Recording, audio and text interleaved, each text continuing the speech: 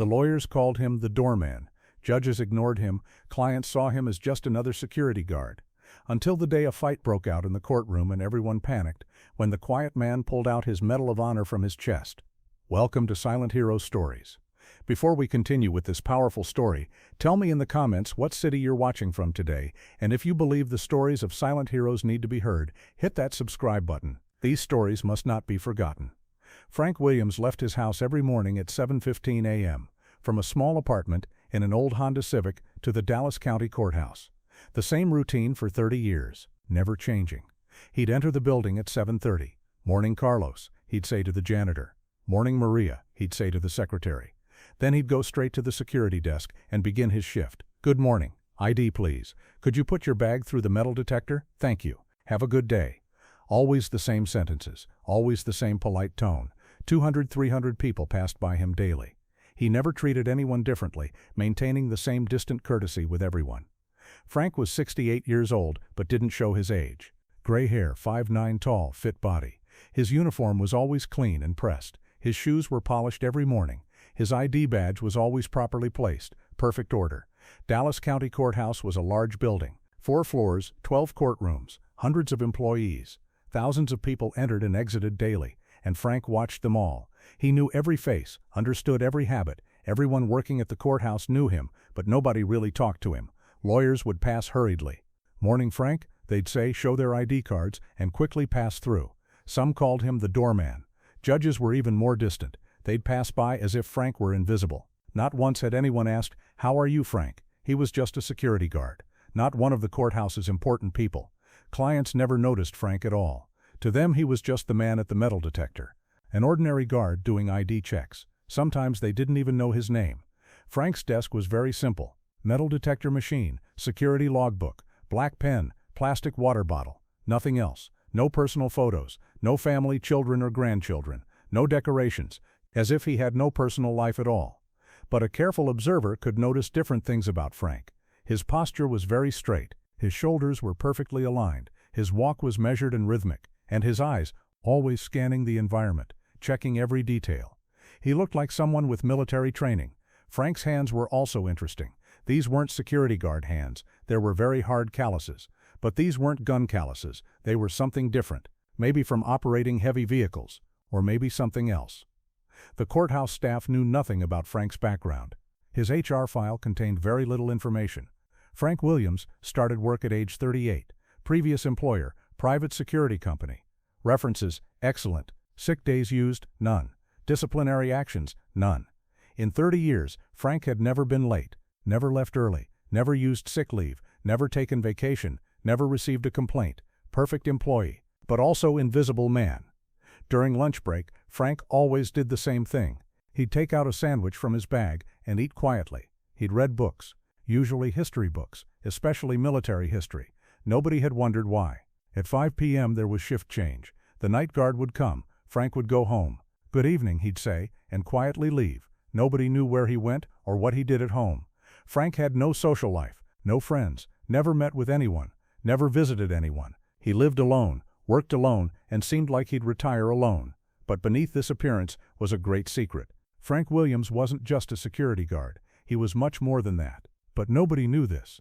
As years passed, some people began to notice strange details about Frank. But nobody paid much attention to them. For example, Frank's way of speaking was very specific. He'd say, "Copy that," instead of "understood." He'd say, "negative," instead of "no." He'd say, "Roger," instead of "okay." He used military terminology, but very subtly, almost unnoticeably. And Frank's walk was very measured, equal steps, rhythmic, steady, very straight back, head up, shoulders back, like military marching. At 68, he never seemed tired. Frank's situational awareness was also highly developed. While standing at the metal detector, he constantly monitored the environment. He tracked everyone coming and going. Who was going where, who was talking to whom, who was coming from where. He knew it all. Strangest of all, Frank never panicked during any crisis. When ambulances came, he stayed calm. When the fire department came, he acted orderly. When police came, he moved professionally, as if he'd encountered these situations many times before. Court Secretary Maria Gonzalez had tried to get closer to Frank. They'd worked in the same building for 5 years, but Frank remained very distant. "Frank, do you have any plans this weekend?" she'd asked one day. "Routine activities," Frank had replied briefly. "What kind of activities? Personal business. Do you exercise?" Frank had hesitated. "Yes, some activities."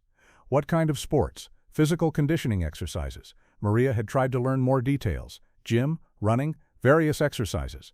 "Do you have family, Frank?" "No." "Never married?" "Very briefly." "What happened?" Frank had remained silent for a long time. "Some jobs aren't suitable for family life." "What job did you do?" "Various jobs." Maria couldn't get more information from these vague answers. Frank always ended the conversation there. Young attorney David Peterson had also begun observing Frank. He was a recent law school graduate, doing an internship at the courthouse. Frank's behavior seemed very interesting to him. One day David had looked at Frank's arm. There was an old, deep scar, very large, very prominent. It looked like a gunshot wound, but Frank always tried to hide it. "Frank, how did you get this scar?" he'd asked courageously. Frank had immediately covered his arm. "An old accident." "What kind of accident?" "Car accident." "Looks serious." "Old incident." "Not important." David was sure this wound wasn't from a car accident, but Frank didn't want to talk more. Another day, David had seen Frank reading a book at his desk. He was reading Vietnam War history, a very old, worn book. "Frank, are you interested in history?" "Yes, especially military history." "Vietnam War." Frank had hesitated. "Yes, that period is very important." "Did you live through that era?" "I was very young." But when David calculated, Frank would have been 18-20 years old during Vietnam. Maybe he had served in the military. "Frank, did you serve in the military?" "Every American man serves in the military." "What unit?" "Various units." Another vague answer. David didn't dare ask more questions. But these signs were accumulating. Military terminology, military posture, war wounds, military history books. Frank Williams wasn't an ordinary security guard, but nobody knew what this meant. Months passed and tension was rising at the courthouse. Big cases were being heard in Dallas. Organized crime, drug trafficking, major corporate lawsuits. Security risk was increasing. Judge Patricia Carson had decided to review security measures. She wanted to have a detailed meeting with Frank. "Frank, security risk has been increasing lately. What are your thoughts?" Frank was thoughtful. "Yes, Your Honor, risk level has elevated." "What areas should we be careful about?" "More detailed searches at entry controls, background checks on visitors, signs of suspicious behavior." Judge Carson was surprised. Frank had very detailed knowledge about security. "How do you know these things, Frank?" "Experience, Your Honor. 30 years of security experience." "But you're an ordinary security guard." "Where does this detailed knowledge come from?" Frank had hesitated. "Your Honor, security work isn't just operating a metal detector. It's reading human behavior, detecting risk in advance, being prepared for crises." "Where did you learn these skills?" "From various training programs." "What kind of training?" "Security and protection training." Judge Carson tried to get more information. "Frank, which security company did you work for before?" "Various companies." "Can you name them?" Frank remained silent for a long time. "Your Honor, some companies require confidentiality agreements." "Confidentiality agreements?" "Yes, ma'am. It's normal in the private security sector." Judge Carson thought this was strange, but didn't press further. That week, a very important case was coming to court. Major drug cartel case. The result of a 3-year FBI operation. 15 defendants, over 200 charges. Media interest was very high. Frank had made special preparations for this case. He'd reviewed security protocols, checked all entrances and exits, prepared emergency plans. "Frank," Judge Carson had said, "should we take special security measures for this case?" "Yes, Your Honor, risk level is very high." "What do you recommend?" "Extra security personnel, more detailed bag checks, metal detectors set to higher sensitivity." "Anything else?" Frank had thought, "Your Honor, the biggest threat comes from unexpected places. We need to be prepared." "What do you mean?" "Attackers don't always come as we expect. Sometimes they can appear innocent. Sometimes they can act in coordinated groups." Judge Carson found Frank's way of speaking interesting. He was thinking tactically, doing strategic planning, very different from an ordinary security guard. "Frank, have you encountered these situations before?" Frank had hesitated. "I have experience with similar situations." "Where?" "Various places." "Tell me." Frank had remained silent for a long time, then slowly began to speak. "Your Honor, some memories are the kind that shouldn't be discussed, but I can say one thing. In crisis moments, the most important thing is staying calm. The side that panics loses." "Do you ever panic, Frank?" "No, ma'am. I never panic." "Why?" "Because panicking was never a luxury I could afford." This answer had greatly impressed Judge Carson. Frank had big things in his past, but she couldn't learn what they were. As the trial day approached, Frank was more careful than ever, constantly scanning the environment, checking every detail, as if preparing for a major battle. Thursday was the big drug case trial day. It was the biggest event at Dallas County Courthouse. Media, protesters, FBI agents, lawyers. The building was very crowded. Frank had arrived at 6:30 a.m. and conducted special security checks. He'd walked every corner, checked all exits, reviewed emergency plans. At 8 a.m. media started arriving. TV channels, journalists, photographers. Frank checked them all individually. ID cards, equipment lists, security clearances. At 9 a.m., FBI agents arrived. Agent Sarah Mitchell leading a team of 6. Frank checked them too, but acted differently. Much more professional, much more careful. Agent Mitchell observed Frank. "Are you the security manager here?" "No, ma'am, security guard." "How long have you been doing this job?" 30 years, ma'am." "Which security companies have you worked for?" Frank had hesitated. "Various companies, ma'am." Agent Mitchell studied Frank's movements. The man was acting like an FBI agent. Professional, careful, alert. "Have you worked in federal operations before?" "No, ma'am, but your movements seem very familiar." Frank didn't answer. Agent Mitchell didn't ask more questions, but didn't forget Frank. At 9:30 a.m., lawyers began arriving. Prosecutors, defenders, experts. Everyone was tense. This case was very important. At 10 a.m., defendants were brought in. 15 people, all handcuffed, all under FBI escort. Frank carefully examined each one, memorized their faces, observed their movements.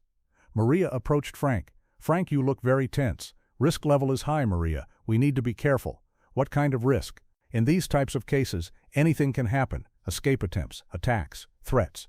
Have you encountered these situations before?" Frank looked at her. "Yes, Maria, many times." "Where?" "Places I can't talk about." Maria couldn't get more information from this answer, but understood Frank was serious. At 10:30 a.m. the hearing began. The courtroom was completely full. Judges, jury, lawyers, defendants, witnesses, media, public. Over 200 people. Frank stood at the door, but his ear was on the courtroom. He heard every sound, saw every movement. Tension was rising. The prosecutor began reading charges. Drug trafficking, money laundering, threats of murder, armed terrorism. Defendants were getting tense. At 11 a.m. witness testimony began. The first witness was an FBI undercover agent. He had infiltrated the gang for 3 years. He was giving very critical information. Unrest began among the defendants. They were whispering with their lawyers, looking at each other. Frank could feel this tension. At 11:30 a.m. the second witness came. Former gang member who had made a deal with the FBI. He was going to directly accuse the defendants. When this witness began speaking, the defendants became very agitated. One of them stood up. "This man is a liar. He never worked with us." The judge tried to silence him. "Sit down." But other defendants also started getting angry. "It's all lies. They set us up." Security guards tried to intervene, but defendants were resisting. "This trial is fake. There's a conspiracy against us." Frank was watching from the door. The situation was getting worse. Tension was rising. They were reaching a breaking point, and at that moment, Frank saw the worst. One of the defendants was trying to pull something from under his jacket, a gun. Frank's eyes caught the defendant's movements. The man was pulling out a plastic pistol he'd assembled piece by piece under his jacket. It had passed through the metal detector, assembled inside. Frank moved, but it was too late. The defendant had pulled out the gun. "Everyone stay where you are." The courtroom erupted in screams. Everyone started running for the exits. The judge hid under the desk. Lawyers ran toward the door. Jury members were screaming in panic. The armed defendant was trying to free the other defendants. "Unlock the handcuffs, now." FBI agents reached for their weapons, but the armed defendant had hostages, jury members and judges. "Drop your weapons, or I'll shoot innocent people." Agent Mitchell called for help on her radio. Code red, code red. Courthouse under attack, but Frank was already in action. 30 years of security experience kicked in. But not just security experience, something else too. Frank calmly walked into the courtroom. Through the panicked crowd, from behind the armed man, very slowly and controlled. The armed man hadn't noticed Frank. He was focused on keeping the hostages under control. "FBI agents, drop your weapons. Clear the exit route." Frank approached to within 5 meters. Now it was time to act. But first he'd try. He spoke calmly. "Son, put down the gun. Don't hurt anyone." The armed man turned. "Who are you? Get back. I'm just a security guard, but you're making a very big mistake." "Mistake? They set us up. This trial is fake." Frank took another step closer. "Maybe you're right, but guns don't solve this. Stay where you are, old man, or I'll shoot you too." Frank smiled. For the first time in 30 years, he was smiling in the courthouse.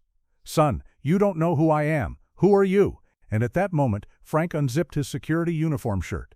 He pulled out a small, old box from inside. He opened the box. The Medal of Honor emerged. America's highest military decoration. Blue ribbon, gold star, veil are inscribed in the center.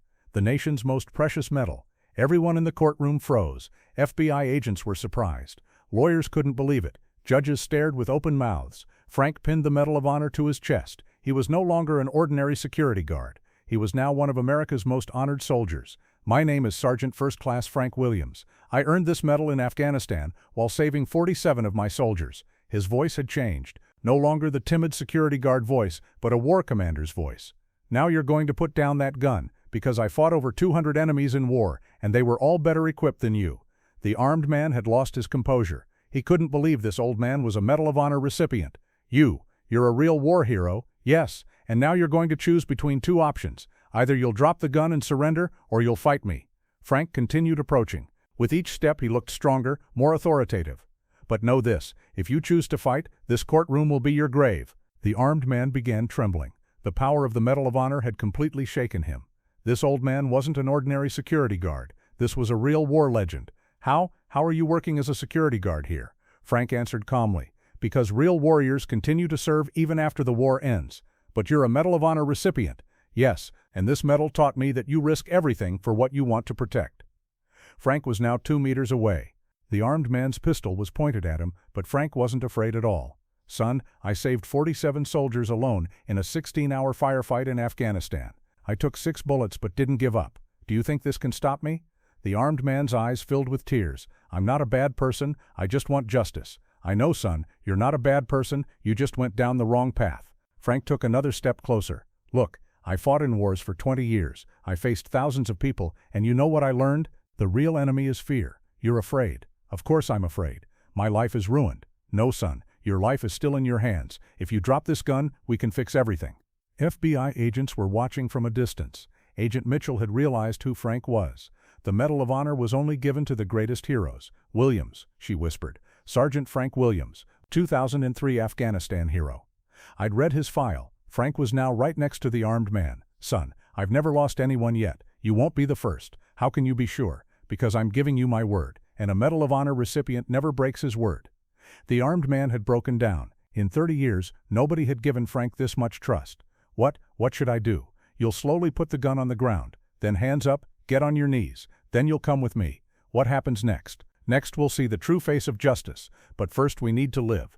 The armed man slowly put the gun on the ground, raised his hands, got on his knees. Frank took the gun, made it safe, gave it to the FBI agents. Threat neutralized, he said to Agent Mitchell. Sir, Agent Mitchell said respectfully, you handled this operation perfectly. Frank nodded. Agent, I just did my job. The hostages were freed. The judge came out from under the desk. Lawyers began breathing. Jury members were hugging and crying. But the real shock was Frank's identity. Doorman Frank, who had worked alongside them for 30 years, was a Medal of Honor recipient war hero. Judge Carson approached Frank. Frank, Sergeant Williams, Your Honor, I'm still Frank. Just have something more from the old days. Medal of Honor, how is this possible? Frank took a deep breath. There was nothing left to hide. 2003, Afghanistan, Helmand Province. My unit was ambushed by Taliban.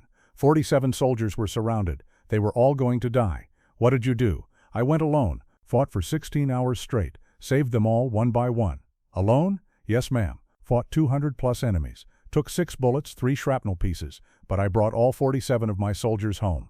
Everyone was listening spellbound. And you got the Medal of Honor for that? Yes, ma'am. But that medal isn't for me. It's for the lives of those 47 soldiers. Agent Mitchell intervened. Sir, was this the Helmand operation in your file? Yes, Agent. Sir, that operation is legendary. We teach it as a course at Military Academy. Frank was surprised. Really? Yes, sir. It's called the Williams Defense. It's at the beginning of modern military tactics courses. I had no idea. Sir, you're in the Military Hall of Fame. You have living legend status. Frank was learning this for the first time. For 30 years he'd thought of himself as an ordinary security guard. But he was actually one of the living legends. David Peterson approached, admiration in his eyes. Frank, Sergeant Williams, I can't believe it, working alongside us for 30 years. David, Frank said gently, I'm still the same Frank, I just have things in my past you didn't know about. But sir, you're a real legend. No, David, I'm just a man doing his job. Back then a soldier, now a security guard. Maria hugged Frank tearfully. "Frank, I'm sorry. I never understood you." "Maria, you understood me very well. I was always the same person. I just had some memories." The courtroom was slowly returning to normal. Defendants were taken away. Witnesses were moved to safe areas. But nobody could forget Frank.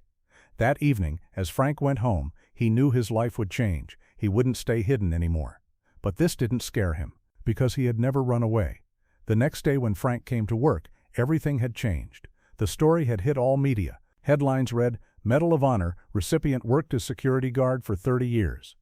There was a media crowd in front of the courthouse building. CNN, Fox News, NBC reporters, photographers, cameras, all waiting for Frank. Frank arrived at his normal time, but he was no longer greeted as the doorman. "Sergeant Williams, Hero Frank, Medal of Honor Frank." Frank didn't want to speak to the media. He just said no comment and went inside. The scene waiting inside was even more surprising. All courthouse staff greeted Frank with applause. Judges, lawyers, secretaries, janitors, everyone was standing and clapping.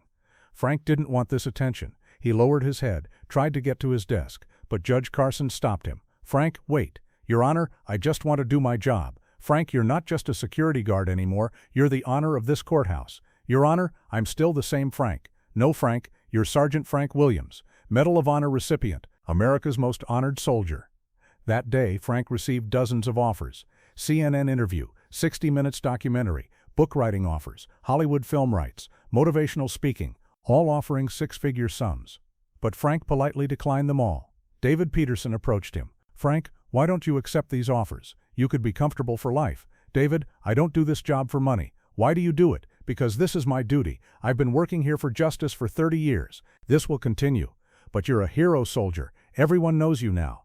Frank shook his head. "David, heroism doesn't stay in the past. It's earned anew every day." "What do you mean? Yesterday I fought in Afghanistan. Today I fight for justice here. Tomorrow I'll be here too, because duty never ends." Maria had brought him flowers. "Frank, I'm sorry. I never knew you. Maria, you knew me very well. I was always the same Frank. I just had things in my past you didn't know about." "Why didn't you ever tell us?" "Because the past isn't a bragging tool. It's experience that shapes my behavior today." In the afternoon, an official offer came from the FBI. Agent Mitchell had brought it personally. "Sir, the Pentagon wants to open a special consulting position for you. Anti-terrorism training, developing security protocols, training the new generation of soldiers." "What's the salary?" $350,000 a year, sir, plus benefits." Frank thought, "Agent, I love my job here. But sir, your experience is priceless. The country needs you. The country needs me here too." "How?" Frank pointed to the courthouse building. "This is the heart of justice, Agent. I've been protecting it for 30 years. I won't leave. But sir, this would be a much bigger mission." "Agent, the size of a mission isn't measured by salary. Every day thousands of people seek justice here. I protect them." Agent Mitchell smiled, understandingly. "I understand, sir. Real heroes think like this." "Agent, I didn't earn the Medal of Honor for money. I earned it for duty. My duty is here." That evening, Dallas City held a big ceremony at the courthouse building to honor Frank. The city's mayor, Texas governor's representative, police chief, fire chief, veteran organizations came. A crowd of 200 people was applauding Frank, but he gave a very simple speech. "Dear people of Dallas, I've been working with you for 30 years. What I did yesterday wasn't different. I always do the same job, protect people. In Afghanistan, I protected soldiers. Here I protect civilians. Both are the same duty, protect good people from bad people. I have the Medal of Honor, true, but that doesn't make me special. What makes me special is coming here every day and continuing to protect justice. I won't retire. At 70, at 80, I'll be here, because duty never ends. Justice is a value that must be protected. Democracy is a system that must be protected. I'll continue protecting them. And I promise you, every person who comes to this courthouse will be safe, because I'm here." The applause lasted for minutes. Frank took his place, but was no longer the invisible man at the door. He was now one of Dallas's most respected people. But most importantly, he was still the same Frank, humble, calm, focused on his job. The Medal of Honor hadn't changed him. He had already been living as a hero, because real heroes don't need media spotlight. They quietly perform heroism in their daily work. Frank Williams was the perfect example of this. For 30 years, nobody knew who he was. But he had protected justice every day, and he would continue to protect it, because real duty never ends. The next day, Frank came to work at 7:30 again. The media was still waiting, but he didn't pay attention. He sat at his desk, turned on the metal detector, began his duty. "Good morning. ID please. Thank you. Have a good day." Same sentences, same polite tone. But now everyone knew this wasn't an ordinary security guard. This was a living legend, and Frank was exactly as he wanted to be, because he had never wanted to be famous. He just wanted to do his job.